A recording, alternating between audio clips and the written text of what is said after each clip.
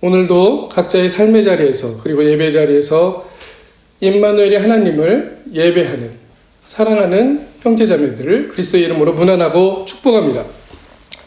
오늘은 마가복음 12장 28절에서 32절의 말씀을 가지고 사랑의 참된 의미라는 제목으로 성령께서 주시는 깨닫게 하심을 소명하며 같이 말씀을 나눠보고자 합니다. 사랑이란 말은 우리의 삶의 영역에서 아주 많이 사용하는 말이죠. 그리고 이 사랑이라는 게 없다면 이 세상은 아마 너무나 살아가기 힘든 그러한 세상이 될 것입니다. 우리가 이해하고 있는 이 사랑이라는 언어, 이 사랑이라는 말은 하나님의 사랑부터 시작하여 부모, 친구, 연인, 그리고 여러 가지 또 이웃들과의 관계에서 나타나는 사랑들의 부분들로 얽혀져 있음을 또한 우리는 알고 있습니다. 사랑을 노래하는 시와 연극, 영화, 우리 문화 안에서도 사랑이라는 것은 그렇게 폭넓게 자리 잡고 있고 그 단어를 듣기만 하여도 사실은 푸근한 마음을 감출 수가 없는 것이죠. 이렇게 사랑과 밀접한 관계를 맺고 세상에 태어나면서 사랑이라는 것을 받으며 우리는 우리의 삶을 시작합니다. 아니면 바꿔 말하면 우리는 이미 사랑받는 존재로 사랑받은 존재자들로 태어났다라고 말할 수 있는 것이죠. 그래서 우리가 자주 부르는 찬양 중에 당신은 사랑받기 위해 태어난 사람이라는 찬양이 있습니다. 사랑을 받기 위해서라기보다는 이미 사랑받은 존재로 태어났다는 말이 오히려 더 우리의 삶을 설명하는 데 적합한 말이 아닐까라는 생각도 해봅니다. 에베소서 1장 3절에서 6절에 보면 찬송하리로다 하나님 곧 우리 주 예수 그리스도의 아버지께서 그리스도 안에서 하늘에 속한 모든 신령한 복을 우리에게 주시되 곧 창세 전에 그리스도 안에서 우리를 택하사 우리로 사랑 안에서 그 앞에 거룩하고 흠이 없게 하시려고 그 기쁘신 뜻대로 우리를 예정하사 예수 그리스도로 말미암아 자기의 아들들이 되게 하셨으니 이는 그가 사랑하시는 자 안에서 우리에게 거저 주시는 바 그 은혜의 영광을 찬송하게 하려 함이라 라고 기술하고 있습니다. 사랑하시는 자 안에서 우리에게 거저 주신 은혜를 찬송하게 하려 함이라. 우리에게 얼마나 하나님께서는 이미 창세 전에 우리를 하나님의 사랑으로 하나님의 사랑을 받은 그런 존재자들로 이미 하나님께서는 우리에게 하나님의 숨과 형상을 불어넣어 주셨다는 것을 말하고 있는 것이죠. 내가 태어나기 이전부터 이미 우리를 사랑하고 있다라는 말과도 같을 것입니다. 시편 139편 13에서 16절 말씀을 잠깐 보시겠습니다.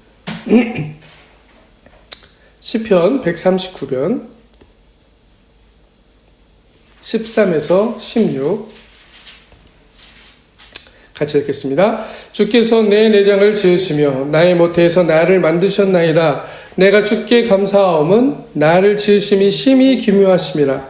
주께서 하시는 일이 기이함을 내 영혼이 잘 아나이다. 내가 은밀한 데서 지음을 받고 땅의 깊은 곳에서 기이하게 지음을 받은 때 나의 형체가 주의 앞에 숨기지 못하나이다.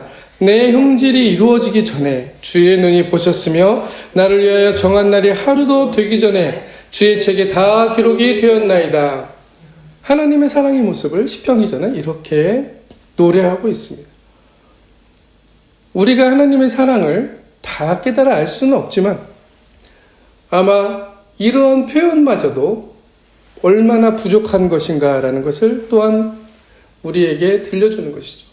그러면서 반면으로 우리에게 얼마나 많은 사랑들이 지금도 부어지고 있는가라는 것을 이야기해주고 있는 것입니다. 하나님의 형상으로 그분의 생기를 부어 넣은 인간, 하나님의 사랑하는 창조물이고 하나님의 이미지가 그대로 담겨있는 자녀로서의 하나님과 동등함을 가질 수 있는 그 자녀로서의 삶이었던 것이죠. 사람이었던 것이죠. 신의 성품에 참여한다라는 성서의 증언처럼 우리는 하나님과 같이 하나님의 형상을 가진 자들로 창조된 그러한 사랑을 받은 자들이라는 것입니다. 그런데 우리가 우리의 삶을 살아가면서 어떠한 것을 느끼면서 살아갑니까?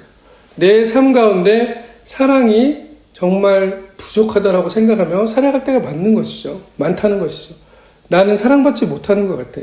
왜 나는 이러한 삶을 살아가고 있을까라고 나의 삶에 또 나의 주어진 환경에 만족하지 못하고 스스로 자족하지 못하고 내가 사랑받은 존재자로 이미 이 세상에 던져졌음을, 그 던져졌다는 말이 엄청난 은혜의 말이라는 것을 우리가 깨닫지 못하게 될 때 나의 삶들은 오히려 지금 주어져 있는 나의 삶들은 감사와 사랑의 발견보다는 불평과 불만의 발견의 삶으로 바뀌어져 버리게 된다는 것이죠.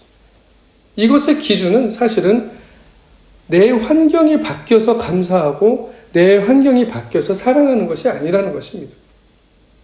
이미 하나님의 사랑은 우리가 알지 못하는 사이에 이렇게 부어지고 있다는 것을 성서는 이야기하고 있는 것이죠. 그래서 우리가 나중에라도 고백을 하는 부분들이 있죠. 그때는 내가 몰랐는데 지나고 나니까 하나님이 나를 사랑하셨더라 라고 고백을 합니다. 많이들 그렇게 고백을 하시는데 그 고백보다는 지금 우리가 성서에서 얻을 수 있는 그 성서가 가르쳐준 그 하나님의 사랑의 의미를 깨닫는다면 지금 내가 살아가는 이 순간이 하나님이 나에게 부어주시는 사랑의 순간이구나 라는 것으로 기뻐하며 감사할 수 있다는 것을 말하고 있습니다. 우리가 그러한 의미들을 하나님의 사랑의 의미들을 발견할 때 성서가 우리에게 다가오는 것이죠. 성서의 말씀이 우리에게 다가오는 것이에요.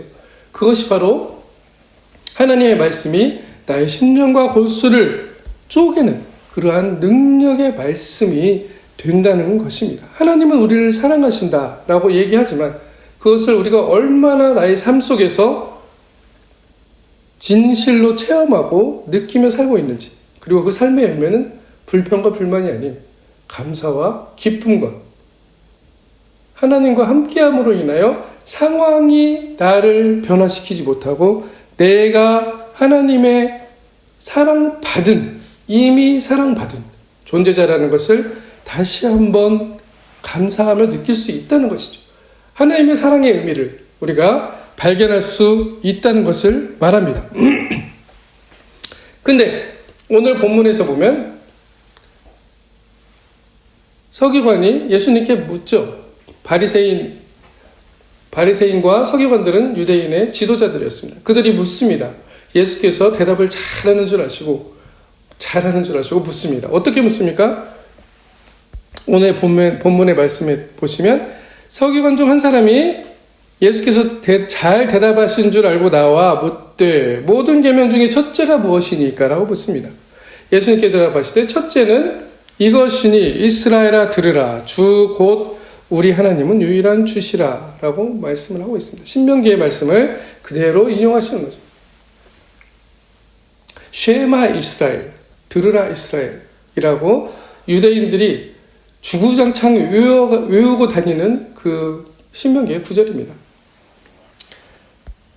그리고 내 두 번째는 무엇입니까? 내 마음을 다하고 목숨을 다하고 뜻을 다하고 힘을 다하여 주 너의 하나님을 사랑하라 하신 것이요.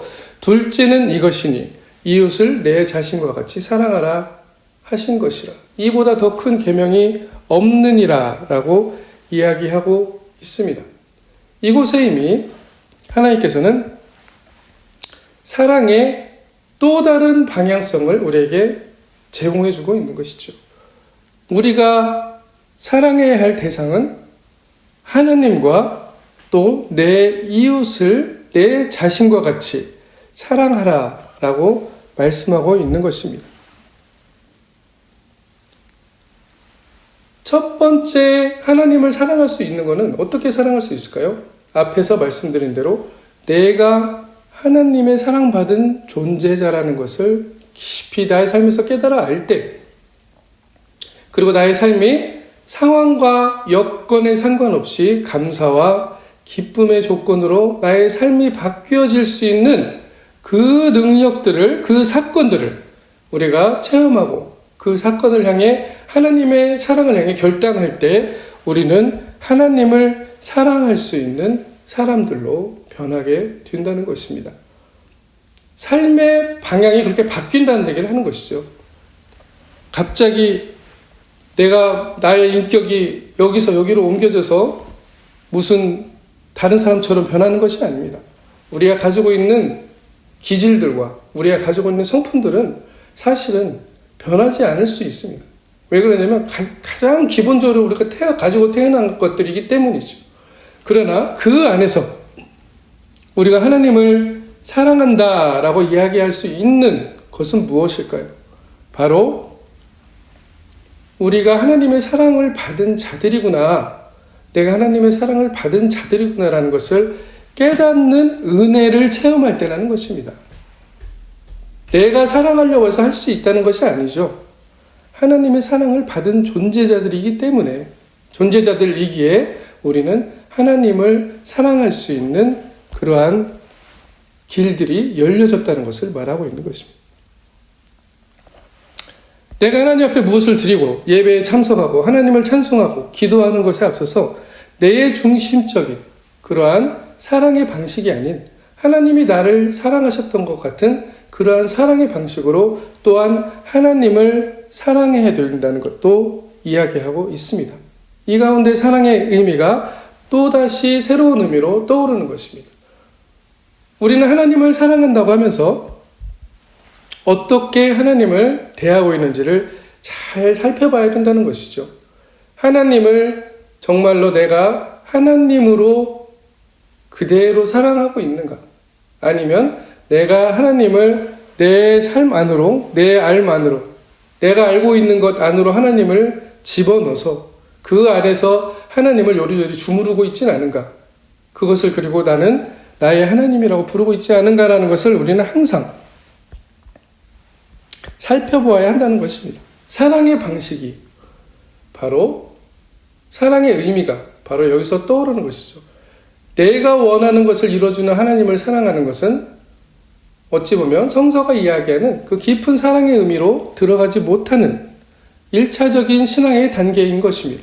우리는 여기서 더 깊은 하나님의 은혜의 강가로 나아가야 되는데 어떠한 은혜의 강가로 나아갑니까? 하나님이 우리를 사랑하시는 것처럼 우리가 하나님을 하나님으로 사랑할 수 있는, 내가 원하고 내가 가고 싶은 길이 아니더라도 그러한 것들이 드러나지 않더라도 하나님을 하나님으로 사랑할 수 있는 단계까지 나아가야 한다는 것이죠.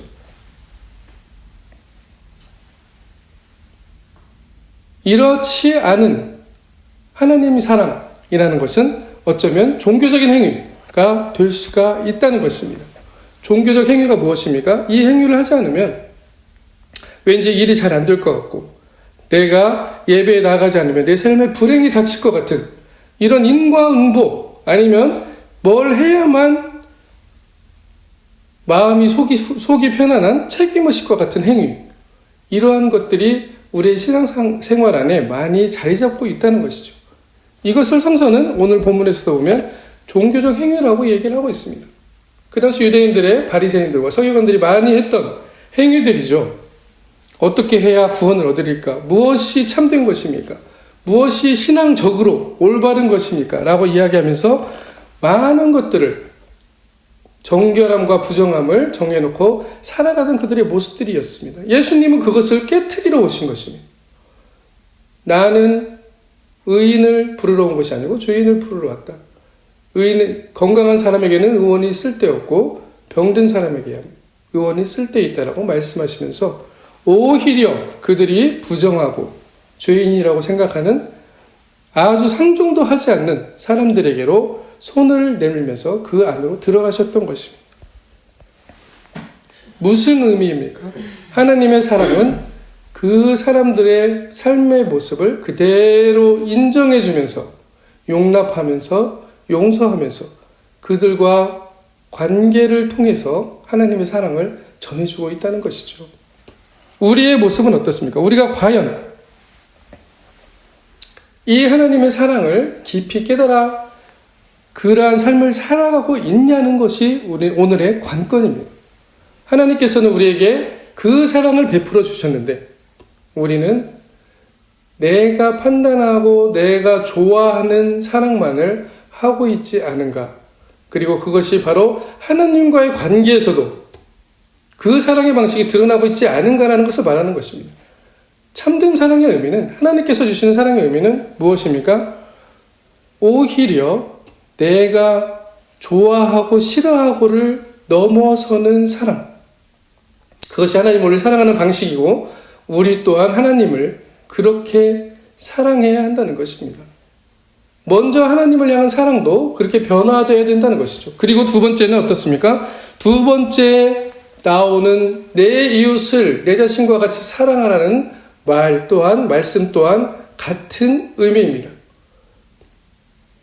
이 의미는 확장되어지면 원수를 사랑하라고 말씀하셨던 예수님의 말씀까지도 확장이 되어지는 것이죠. 우리가 원수를 사랑할 수 있을까요? 사랑의 의미를 우리가 다르게 생각하고 있기 때문에 할 수 없을 거라는 생각, 그리고 하지 못하고 있다는 것입니다. 그러면 어떻게 하는 것이 이웃을 사랑하는 방식일까요? 이웃을 사랑하는 방식은 바로 마가복음 5장 43절에서 48절의 말씀을 보시면은 그 의미를 또한 발견할 수 있을 것입니다. 마가복음 5장 43절에서 48절.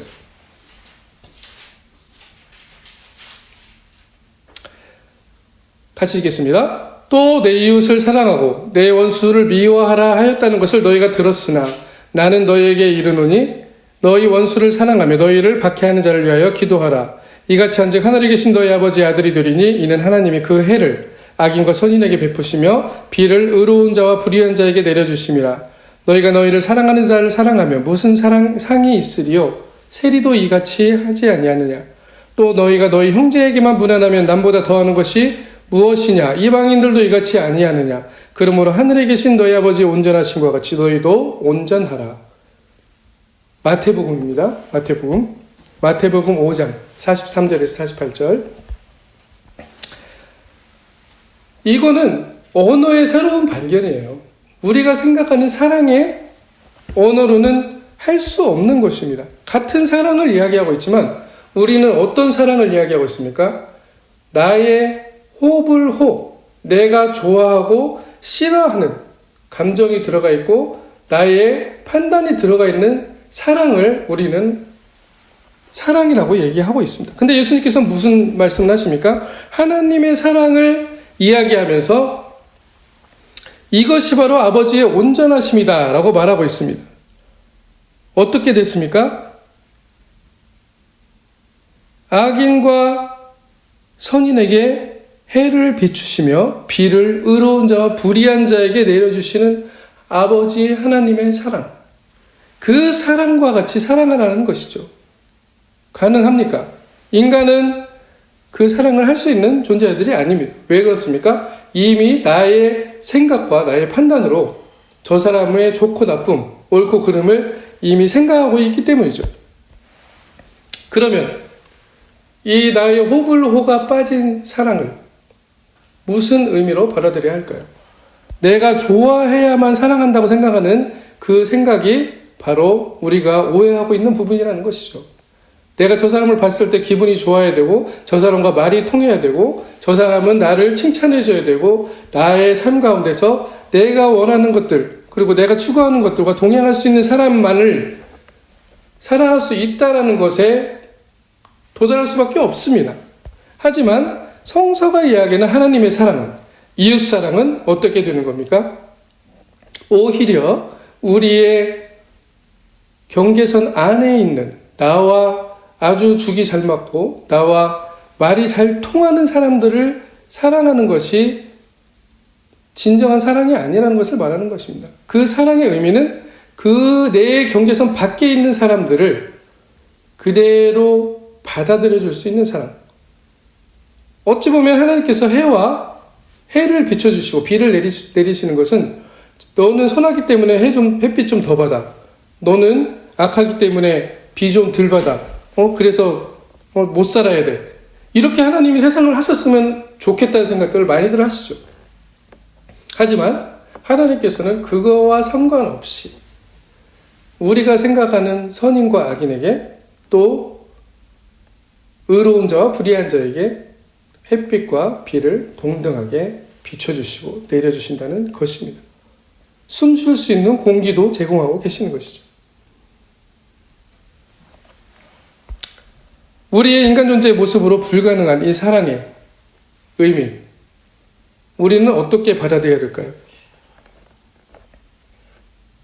우리가 하나님의 자녀가 되었음을, 그러니까 내 모습이 정말 그렇게 할 수 없는 자라는 것을 오히려 그렇기 때문에 솔직히 인정하고 겸허하게 받아들일 때 우리는 무엇을 발견합니까?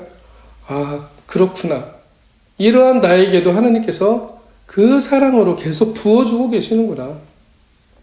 라는 하나님의 은혜에 대한 깨달음을 발견한다는 것이죠. 성령께서 깨닫게 하신다는 것입니다. 그리고 그 깨달음을 가지고 바로 우리는 내 이웃을 그대로 그 존재 자체로 받아들일 수 있는 그러한 삶을 살아가려고 노력하며 산다는 것이죠. 내 것만이 맞고 내가 좋아하는 것만이 사랑이 아니라는 것. 그것은 성사가 이야기하는 사랑의 의미가 아니라는 것을 오늘 본문 말씀에도 말씀하고 있습니다. 우리의 판단 기준으로 생각하는 옳고 그름, 좋고 나쁨, 선과 악, 이거는 하나님께서 이야기하는 선과 악, 좋고 나쁨, 옳고 그름과 분명히 다르다는 것을 이야기하고 있습니다. 그런데 우리는 어떻게 합니까? 내가 생각하는 것이 하나님께서 말씀하시는 옳고 그름이라고까지 확장시켜서 이야기를 하는 것이죠. 하나님은 그 사랑의 의미가 하나님께서 원하시는 사랑의 의미가 아니라고 분명히 오늘 본문에도 말씀을 하고 있습니다. 너희가 너희 형제에게만 무난하면 남보다 더하는 것이 무엇이냐? 이방인들도 이같이 하지 아니하느냐? 너희를 사랑하는 자를 사랑하면 무슨 상이 있으리요? 세리도 이같이 아니하느냐? 라고 말씀하시면서 사랑의 의미의 전환을 요구하시는 것입니다. 우리가 사랑이라고 얘기하는 그 언어의 전환을 삶에서 바꾸라는 것을 얘기하고 있는 것이죠.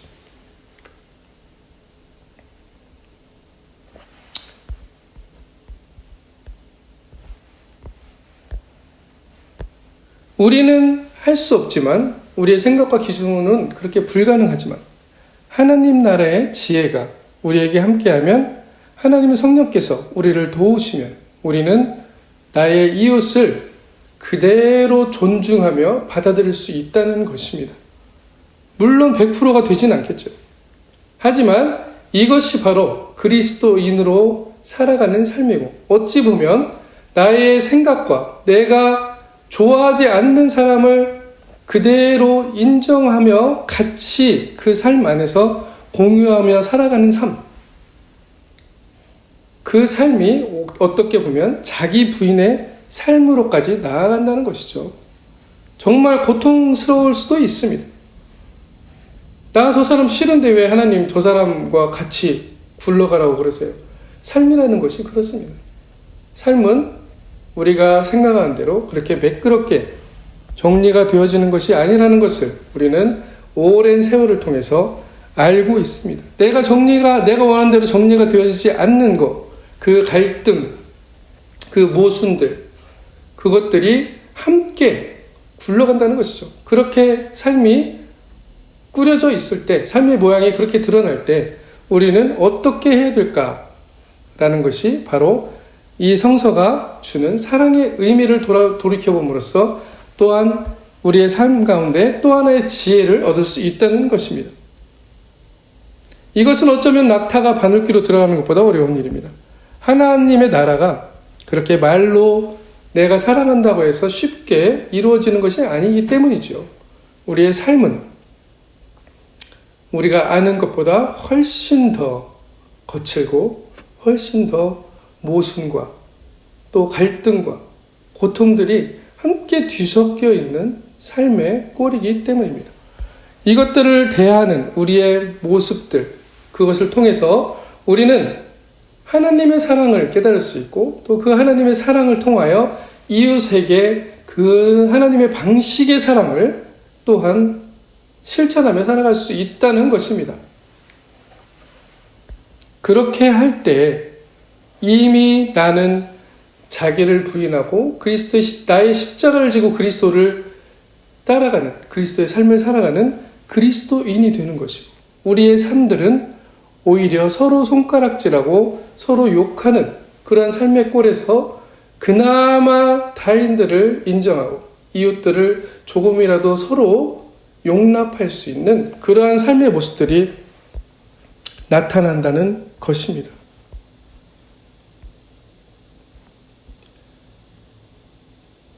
내가 하는 것이 아닙니다. 내 힘과 능력도 아닙니다. 우리가 이야기할 수 있는 것은 과연 무엇일까요?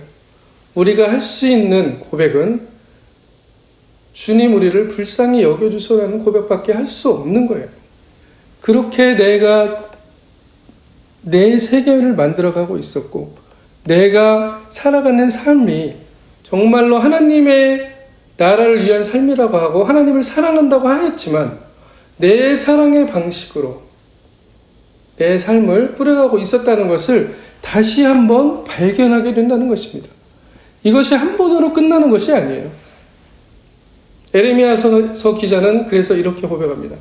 여호와여 우리의 죄악이 우리에게 대하여 증언할지라도 주는 주의 이름을 위하여 일하소서. 우리의 타락함이 많으니이다. 우리가 주께 범죄하였나이다 라고 고백하게 된다는 것입니다. 사랑의 시작은, 사랑의 발견의 시작은 여기에서부터입니다. 우리를 긍휼히 여겨주소서라고 이야기할 수 있는 그 상한 심령. 세리가 하늘을 쳐다보지도 못하고 저 구석에서 불쌍히 여겨달라고 고백했던 그 고백들, 그런 고백들은 어떻게 해서 나오게 되는 것입니까? 바로 내 자신이 만들어 놓은 그런 사랑의 방식들, 삶의 방식들을 내려놓고 하나님의 사랑을 깨달아 알았기 때문에 하나님 앞에 나아갈 수 있는 그러한 용서와 회복의 길이라는 것이죠. 하나님께서 열어주신 길입니다. 하나님께서 이미 우리에게 부어주시고 있는 사랑의 길입니다. 그리고 우리도 그 사랑의 길로 가라고 말씀하고 있는 것입니다. 그러할 때 내 삶에 드러나는 여러 가지 문제와 갈등 가운데, 고통 가운데 우리는 기뻐하며 감사하며 우리의 삶을 살아갈 수 있다는 것이죠. 왜 이럴까요, 하나님? 왜 그럴까요? 라고 이야기하는 그 탄원의 기도의 차원을 넘어서서 궁극적으로 우리는 하나님의 사랑 앞으로 다시 한번 우리의 시선을 돌리게 된다는 것입니다. 여기에는 결단들이 필요합니다. 매일의 삶에서 우리는 매 순간순간 이처럼 사랑의 결단들을 해야 되는 것이죠. 우리는 아직도 구원받은 죄인들입니다. 내 죄에 대한 경험이 다른 사람의 죄에 대한 경험보다 크지 않다면, 크게 보이지 않는다면 우리는 아직도 나의 의에 사로잡혀 살아가는 사람들일 수도 있습니다. 하나님의 사랑을 그대로 받아들이고 있으면서도 그 사랑을 이웃과의 관계에서 드러내지 못하는 우리의 부족한 모습들이 기도합니다. 그렇기 때문에 우리는 우리의 삶 가운데서 하나님께 간구해야 될 것입니다. 주님 우리를 불쌍히 여겨주시고 우리의 마음이 정말 하나님의 성령으로 하나님이 우리 안에서 숨쉬는 것처럼 그 하나님의 놀라운 사랑으로 더욱더욱 변화되어지고 우리의 삶이 더욱더욱 그 이웃사랑의 삶으로 나아갈 수 있게 해달라고 간구할 수밖에 없는 것이죠. 이러한 삶의 모습이 바로 나의 삶에 그리스도가 향기되어 나타나게 하는 삶이며 하나님의 능력을 힘입어 하나님의 나라의 백성으로 하나님 나라의 자녀로서 살아가는 모습입니다. 사랑의 의미는 이러한 사랑의 의미를 성서에서 발견해야 되는 것입니다. 하나님 사랑, 이웃 사랑, 첫째 계명과 둘째 계명의 완전한 사랑의 계명들을 예수님께서 말씀하시면서 우리에게 전해주시는 의미는 바로 무엇입니까? 남들이 하는 것 같이 그렇게 하는 사랑만이 온전한 사랑이 아니고 그것을 넘어서는 네 판단과 너의 좋고 나쁨을 넘어서는 그 사랑, 하나님이 비춰주는 햇빛과 같이 우리도 그 사랑을 향해 나아갈 것을 촉구하고 계시는 것이죠. 근데 거기에 시작은 어디에 있습니까? 바로 내가 하나님의 그런 사랑을 받은 존재자라는 것을 깨닫는 데에서부터 시작한다는 것이죠. 우리는 그러한 하나님의 사랑을 받은 자들입니다. 그리고 항상 그 사랑이 우리에게 부어지고 있습니다. 어떤 상황에서든지 어떤 환경에서든지 우리에게 그 놀라운 하나님의 복들이 부어지고 있다는 것이죠. 나에게 보이지 않기 때문에 내가 알지 못하기 때문에 없다라고 이야기할 수 없다는 것을 성서가 증언해주고 있다는 것입니다. 이처럼 하나님의 뜻이 땅에서 이루어지기를 기도하셨던 그리스도처럼 우리도 뜻이 하늘에서 이루어진 것 같이 땅에서 이루어지기를 간구하는 삶, 그리고 그것을 향하여 한 걸음 한 걸음 걸어나가는 삶, 그것은 나를 쳐서 내려놓고 나의 삶 가운데 정말 자기를 부인하는 삶인 것입니다. 이것이 바로 우리의 삶의 능력이 되고 이 나라가 하나님의 나라가 되는 그러한 엄청난 복이 흘러들어오는 삶인 것이죠. 아브라함의 복, 바로 이러한 복들을 성서는 우리에게 전해주고 있다는 것입니다. 이런 아버지의 참사랑이 그리스도의 은혜와 성령이 함께 하시는 능력이 저와 여러분의 삶 가운데 나타나서 많은 영혼들을 또 주께로 돌아오게 하는 귀한 참사랑의 삶을 살아가는 우리가 되기를 주님의 이름으로 축복합니다. 아멘.